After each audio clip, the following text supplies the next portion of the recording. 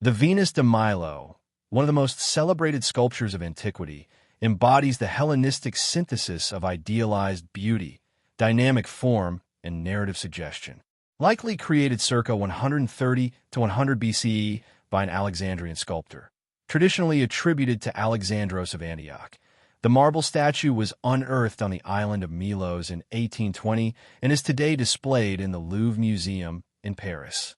Discovered by a Greek farmer on April 8, 1820, in the ruins of an ancient sanctuary on Milos, the Venus de Milo immediately attracted scholarly attention for its grace and enigmatic presence. Standing 2.02 meters tall, the statue represents Aphrodite, the Greek goddess of love and beauty, known to the Romans as Venus. Although the arms are missing, the sculpture's powerful form and subtle narrative cues continue to inspire debate regarding its original pose, attributes, and intended setting. The statue stands in a poised contrapposto. The weight rests on the right leg, causing the left hip to drop and the left leg to bend slightly. This S-curve gives the torso a gentle sway, while the tilt of the head and the alignment of shoulders introduce a sense of reflective calm. A so-called himation is draped around her hips and falls in soft, cascading folds, partially covering the lower body, yet leaving the torso exposed. The treatment of drapery, clinging at times, heavy at others, demonstrates a sophisticated interplay between concealment and revelation that heightens the statue's sensuality. The face of the Venus de Milo is serenely idealized. Full cheeks, a slight smile, and heavy-lidded eyes that gaze into the middle distance. Unlike earlier classical statues, the expression is neither rigid nor overtly emotional, but suggests a moment of introspection. Her hair is arranged in a parted center bun, with thick locks looping into low chignons at the nape and tresses, swept behind the ears. This hairstyle corresponds to Hellenistic fashions and echoes sculptural prototypes from Alexandria, reinforcing the Alexandrian attribution. Although her arms are lost, scholars infer from the remaining anatomy and drapery folds that she once may have held an apple, a mirror, or the hem of her drapery.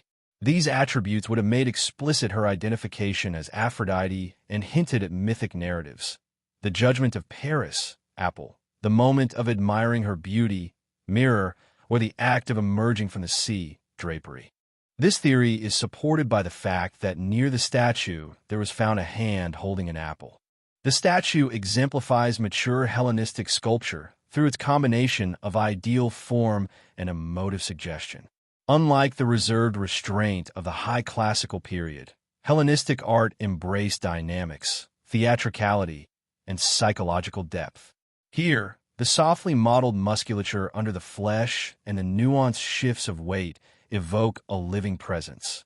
The slight asymmetry of shoulders and the subtle turn of the torso reflect an artist's confident handling of marble to convey both elegance and realism.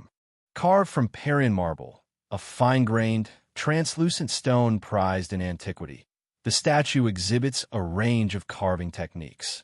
Broad, shallow chiseling delineates the mass of the body and drapery, while pointed tools and abrasives refine surface details, such as the delicate incisions of hair locks and the smooth transitions of skin planes. Tool marks on the back of the figure suggest that it was intended primarily for frontal and three-quarter viewing, likely displayed in a semi-enclosed niche.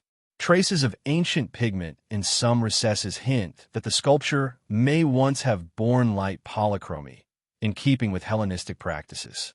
The fine spot, a sanctuary of Aphrodite on Milos, implies that the statue functioned as a cult image or as a votive offering.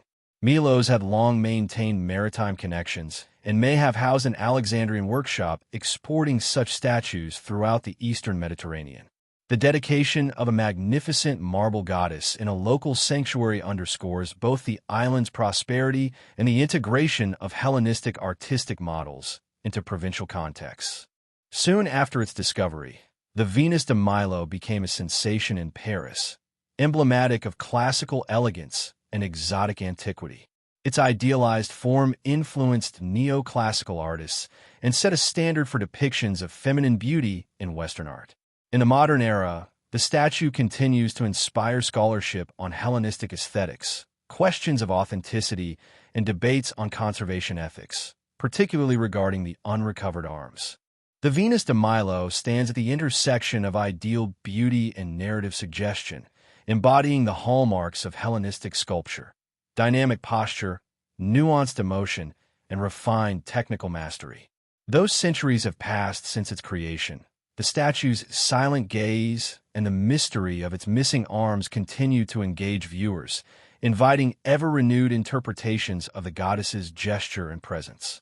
As both possibly a cult image and an artistic masterpiece, the Venus de Milo remains a testament to the enduring power of ancient art to convey the complexity of human and divine form. Thanks for watching. If you enjoyed this video, please subscribe so you won't miss new ones.